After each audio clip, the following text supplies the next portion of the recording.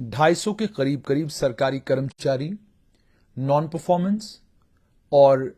देश विरोधी गतिविधियों में शामिल होने के कारण इस समय सरकार के स्कैनर में है।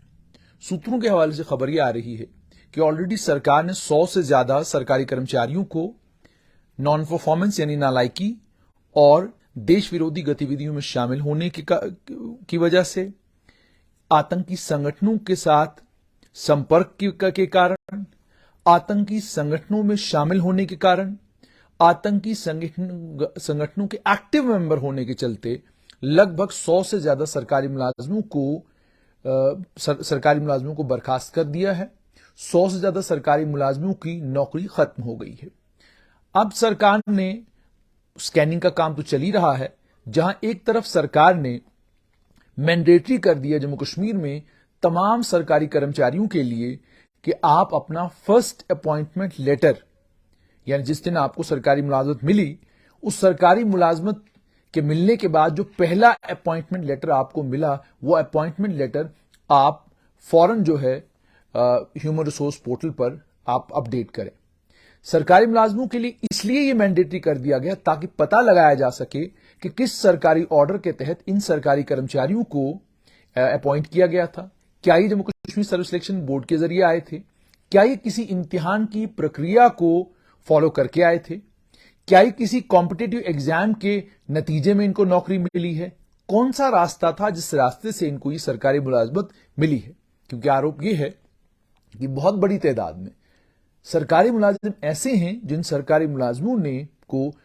सरकारी नौकरी बिना किसी कॉम्पिटिटिव एग्जाम के मिली। कहानी तो यह भी है कि माचिस की डिबिया के ऊपर कई लोगों को सरकारी मुलाजमत मिली। कहानी तो यह भी है कई लोगों को बिना किसी रिक्रूटमेंट इम्तिहान को फेस किए सरकारी मुलाजमत दी गई, और जिसे सरकारी मुलाजमत बिना किसी रिक्रूटमेंट के इम्तिहान के मिली हो, जाहिर सी बात है वो उसी आदमी का लॉयल और उसी आदमी का खास बनकर ताउम्र रहता है जिस आदमी ने उसको सरकारी मुलाजमत दिलाई हो। आप अगर एक कॉम्पिटिटिव एग्जाम के जरिए एक सिस्टम का हिस्सा बनते हैं तो आप सिस्टम के वफादार होते हैं। आप सिस्टम को लेकर आपकी जो निष्ठा होती है, सिस्टम को लेकर जो आपकी ऑनेस्टी और ईमानदारी होती है, वो बिल्कुल अलग तरह की होती है। लेकिन जब आप ये जानते हैं कि एक व्यक्ति विशेष ने आपको वो सरकारी मुलाजमत दिलवाई है, एक व्यक्ति विशेष के कारण आपको वो सरकारी मुलाजमत मिली है, तो जाहिर सी बात है फिर आप सिस्टम के नहीं बल्कि एक किसी व्यक्ति के खास होंगे, एक किसी व्यक्ति के लॉयल होंगे। और सिर्फ इतना ही नहीं बल्कि जब सरकारी डॉक्यूमेंट्स को सूत्रों के हवाले से जो पता चला है, खंगाला गया, तो पता यह चला कि एक क्षेत्रीय राजनीतिक दल से जुड़े हुए कई लोगों को सरकारी मुलाजमत केवल और केवल इसलिए मिली क्योंकि वो क्षेत्रीय राजनीतिक दल के किसी नेता के करीबी थे, या उस क्षेत्रीय राजनीतिक दल के साथ वो किसी न किसी लेवल पर काम कर रहे थे। उसके चलते उनको सरकारी मुलाजमत दी गई ताकि उनका घर परिवार ठीक ठाक तरीके से चल सके और दूसरी तरफ से वो राजनीतिक गतिविधियों में भी शामिल रहें। इसका एक उदाहरण यह भी है कि आपको याद होगा जम्मू कश्मीर में 1987 में जब चुनाव हुए, उन चुनावों में कुछ सरकारी बाबू ने कानून की किताबों को दरकिनार करके सिस्टम की नहीं बल्कि एक राजनीतिक दल की मदद करने के लिए हर वो काम किया, हर वो हरबा आजमाया जिसके लिए ना तो सिविल सर्विस के मैनुअल में कोई रास्ता था और ना ही उनको ऐसा सरकारी मुलाजिम होते हुए करना चाहिए था। मगर उन्होंने एक राजनीतिक दल की मदद करने के लिए,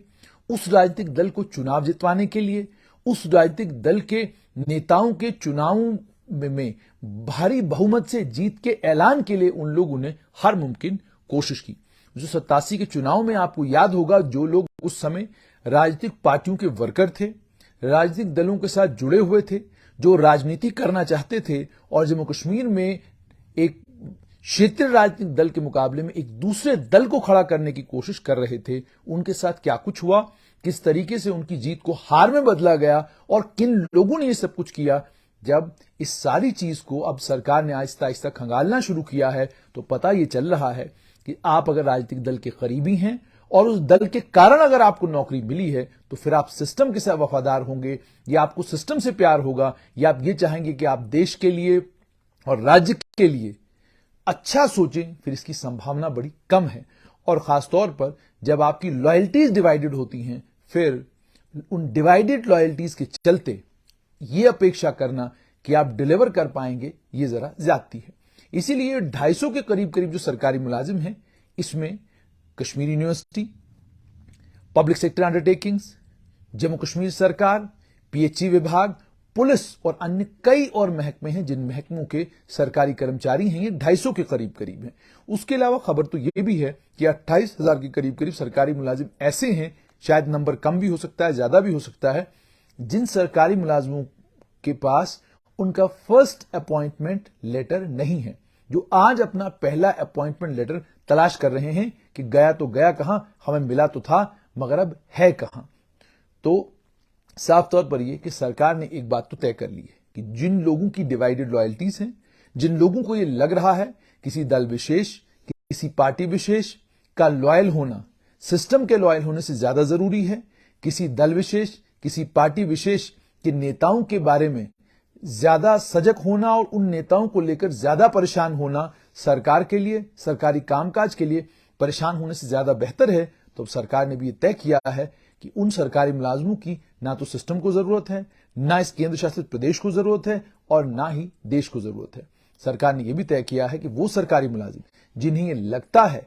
कि देश की एकता और अखंडता के लिए और साथ में देश के लिए हमको सरकारी सिस्टम का हिस्सा बनना है, बेहतरीन से बेहतरीन काम करना है और जो कुछ करेंगे वो अपने केंद्र शासित प्रदेश और अपने देश के लिए करेंगे, वो सिस्टम का हिस्सा रहेंगे, सिस्टम को मजबूत करेंगे, उन्हें सिस्टम भी मजबूत करेगा, सिस्टम उनको इंपॉर्टेंट असाइनमेंट्स देगा और सिस्टम उनसे काम भी लेगा। ये तय हो चुका है। और दूसरा ये भी तय हो चुका है कि ना अलगाववाद के लिए, ना आतंकवाद के लिए, ना अलगाववादी सोच के लिए, ना राष्ट्र विरोधी सोच के लिए कोई जगह अब सिस्टम के अंदर बाकी है। जहां पर भी पता चलेगा कि कोई राष्ट्र विरोधी गतिविधियों में शामिल है, करप्शन में कोई लिप्त है, कोई नालायक है, काम नहीं कर रहा है, सिस्टम में बैठा है, तनख्वाहें मोटी मोटी ले रहा है, लेकिन सिस्टम को उससे कोई फायदा नहीं हो रहा, तो सिस्टम अब उसको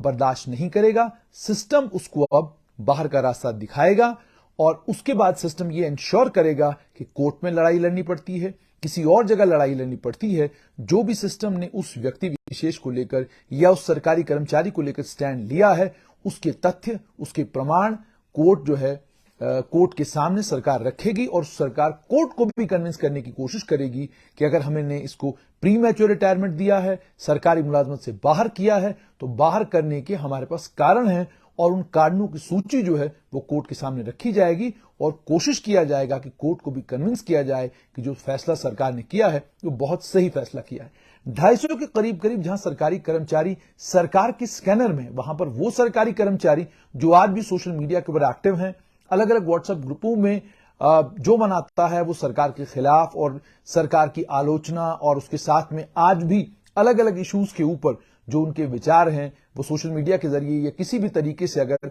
आज भी इन सब चीजों से वो बाज नहीं आ रहे हैं, तो लगभग सभी सरकारी मुलाजिमों के सोशल मीडिया अकाउंट्स को रेगुलरली मॉनिटर किया जाता है। इसलिए मॉनिटर किया जाता है ताकि ये पता लगाया जा सके कि कहीं ऐसा तो नहीं है कि हैं तो सरकारी मुलाजिम लेकिन काम